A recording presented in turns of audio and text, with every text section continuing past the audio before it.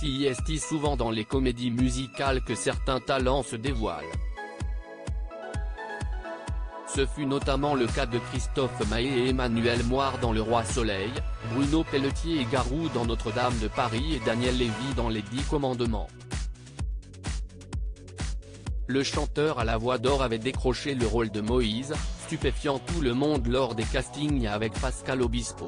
J'avais choisi une chanson difficile, l'hymne à l'amour, pour les candidats, a indiqué l'interprète de Tomber pour elle aux Parisiens.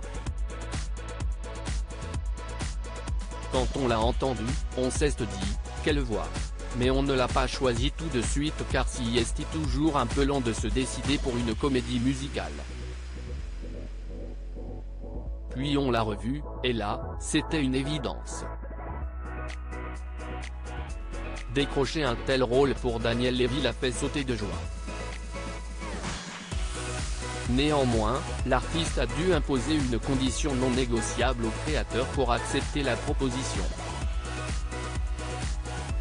De confession juive, impossible pour Daniel Lévy d'assurer des spectacles les vendredis et samedis soirs, il fallait juste accepter qu'il ne chante pas le vendredi à cause de Shabbat, a expliqué Pascal Obispo.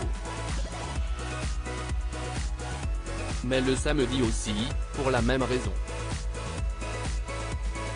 Conscient que cela pouvait poser problème, Daniel Lévy a préféré jouer carte sur table, ce qui n'a pas finalement posé souci, on a trouvé une doublure. Si les spectacles du vendredi soir se faisaient donc sans lui, Daniel Lévy réussissait parfois à assurer les représentations du samedi. Je me souviens de l'avoir attendu le samedi soir devant les salles où il fallait que le soleil se couche pour qu'il arrive, a rappelé Pascal Obispo. Effectivement, le Shabbat s'arrêtant à la tombée de la nuit, il était plus facile d'être disponible le samedi en hiver, le soleil se couchant relativement tôt à la fin de la journée. Pascal Obispo et Elie Chouraki, à qui l'on doit la comédie musicale Les 10 Commandements, n'ont pas à regretter leur choix.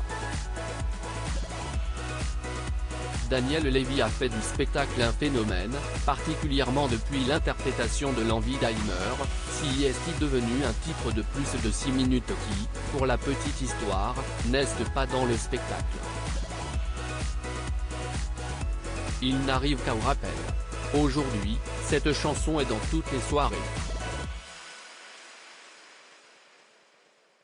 Personne n'est capable de la chanter comme Daniel. Elle me ramène à plein de choses.